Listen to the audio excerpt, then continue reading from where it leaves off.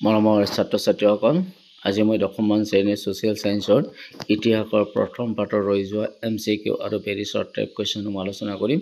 আৰু এই প্ৰশ্নসমূহ ক্লাছ টেষ্টৰ পৰা আৰম্ভ কৰি ফাইনেললৈকে অহাৰ খুবেই সম্ভাৱনা আছে। গতিকে তোমালোকে ভিডিঅ'টো স্কিপ নকৰাকৈ প্ৰথমৰ পৰা শেষলৈ চাই যাবা।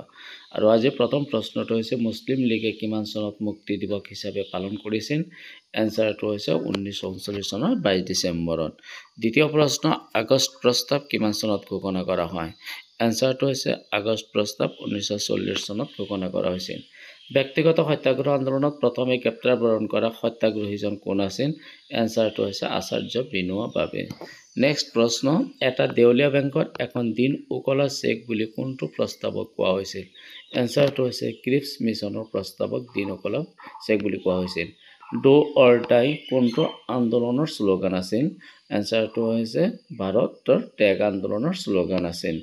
ভাৰতৰ কোনজন ব্যক্তিক ব্ৰিটিছে কলিকতা নিজৰ ঘৰতে গৃহবন্দী কৰিছিল? এনচাৰটো হৈছে সুভাষ চন্দ্ৰ বসুক গৃহবন্দী কৰিছিল। পৰৱৰ্তী প্ৰশ্নটো হৈছে ভাৰতীয় জাতীয় সেনাবাহিনীৰ ধাৰণাটো প্ৰথমে কোনে পোষণ কৰিছিল?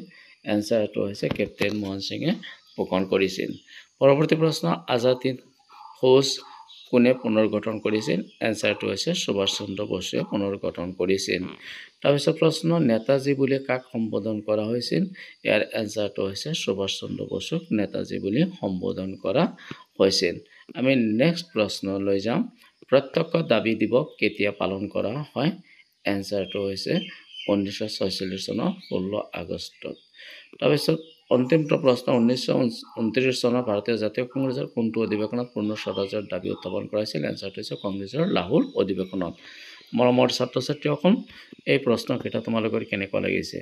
নিশ্চিতভাৱে তোমালোকৰ ভালে লাগিব। গতিকে তোমালোকে এই ভিডিঅ'টো যিমান পাৰা সিমান লাইক, কমেণ্ট আৰু শ্বেয়াৰ কৰিবা।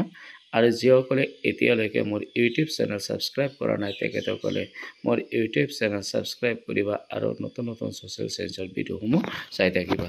Thank U.